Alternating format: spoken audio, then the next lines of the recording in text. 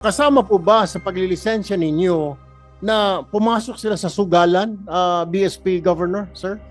Did you allow them? I mean, meron po ba kayong go signal to include online gambling sa e-wallets? Did you do that? Kasi ang alam ko po, e-wallet para padala ng pera, di po ba?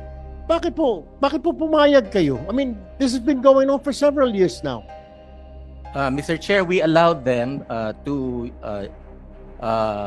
send funds or to remit funds to legal and Ano po, bilisan na po natin. Pinayagan nyo ba sila na maglagay ng gambling?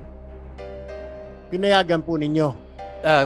given that Yes or no, sir? Yes or no? Did you? Did you or did you not? Para malinaw po tayo. May katanungan po Senator Marcoleta. At magtatanong pa po Senator Cayetano, hindi pa po kami tapos sa PAGCOR. Just answer yes or no. Pinayagan nyo ba? Sandali po, hindi pa nasasagot muna yung tanong ko eh. Ay, kayo muna umagot sa tanong ko. Kayo po ba ay game developer? Kayo enabler, promoter, and marketer ng online games? Kasi hindi po. Mr. Chair, parang sila ngayon ang nagigisa eh. That's why I'd like to point out, ano po ba yung limited participation ninyo eh? Kasi ang PAGCOR po ang merong regulatory powers dito eh. Bakit hindi sila yung mauna na mag-regulate? Bakit po yung GCash ang dinidiin natin? Parang nakikita ko, we're all barking on the wrong tree. I just made a suggestion this morning that I did not expect na sila yung gigisahin natin. Hindi po sila yung operator eh. Ang kanila, sa akin pong pagkakaunawa, the participation of GCash occurs only at the point where lawful payment facilitation is performed.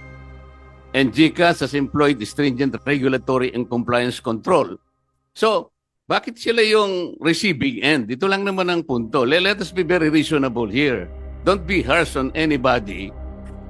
Yung PAGCOR ang uunahin natin dito. Sila yung nag-breakdown ng regulation. If they cannot regulate their own accredited and approved online game operators, at sinasabi nila ngayon dito, Mr. Chair, ang problema yung pong mga illegal.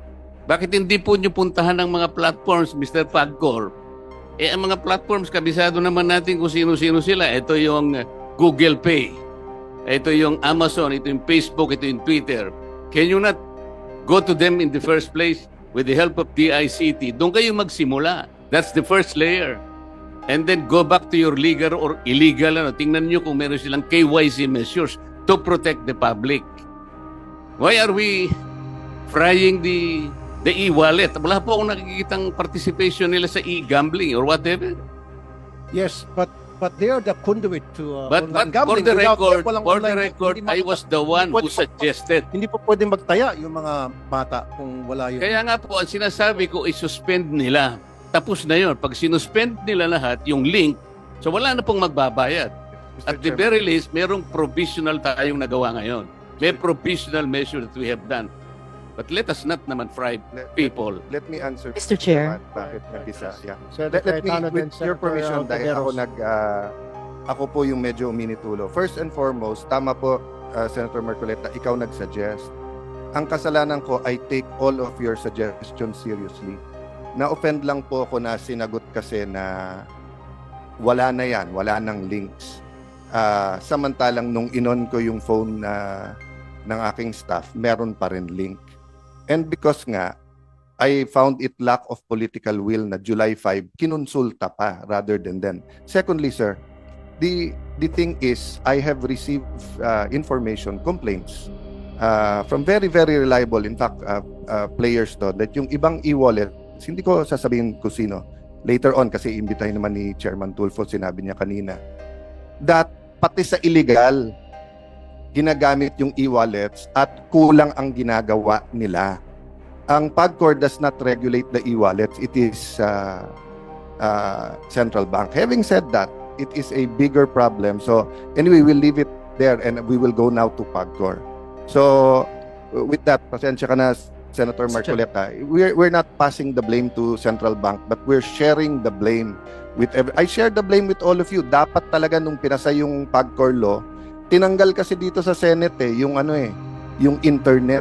Nakaban yun talaga nung 2007 law. 'di ba? Kaya hindi ko masisi si Chairman Al kasi wala sa batas ngayon na bawal ang internet. Nilalagay namin ni Joel Villanueva 'yun sa pero tinanggal dito sa Senate. Anyway, Mr. Chairman, if I may just very quickly, no, and I share the sentiments of my dear colleague Senator Alan Cayetano. In fact, every time we talk about PAGCOR's charter, Section 10 of PD 1869, yung PAGCOR charter as amended gives PAGCOR authority to operate and license gambling casinos, gambling clubs, and other similar recreation or amusement places, gaming pools. Wala dito yung online di ba? Hindi natin na yan. But No, I will go to that tayo later. sa House, nilagay natin 'yon. I remember Sa that. BICAM natanggal dito sa Yes. Senate, but at that Yes. time hindi pa naman natin alam yung Yes. apps, hindi pa Yes. natin alam yung Paymaya, Yes. GCash. I remember that, Senator Cayetano. And just to put on record, Mr. Chairman, just like Senator Marcoleta, I share the same thing. I have nothing against e-wallets, etc. It's just that ginagamit sila but it appears that na hindi nagagawa ng regulating body yung dapat niyang gawin.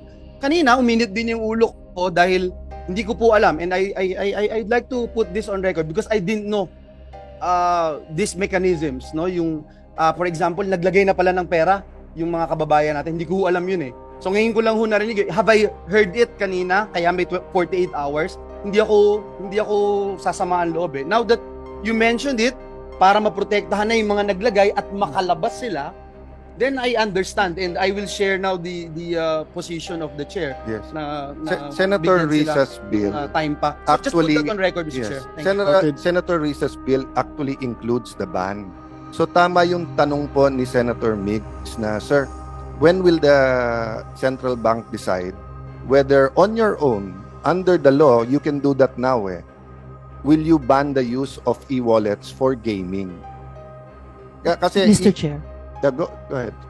With the indulgence of Senator Alan Peter Cayetano, go ahead, Senator Tiveros. Salamat, Mr. Chair, at salamat din kay Senator Alan dahil nabanggit na rin po niya, indeed, yung pagputol po absolutely ng link sa pagitan ng mga e-wallets at super apps at mga online gambling platforms, isa sa pinaka-importanting provision nung bill ko. Which is why also, Mr. Chair, I just wanted to manifest kasi kanina nabanggit na yung mga e-wallets. I'm really looking forward, Mr. Chair, dun sa sinabi nung chair kanina na iimbitahin din sila sa susunod na pagdinig para matanong natin. Because I believe those e-wallets, whether GCash, Paymaya at iba pa, ay may sagutin sa problemang ito ng online gambling. Salamat, Mr. Chair.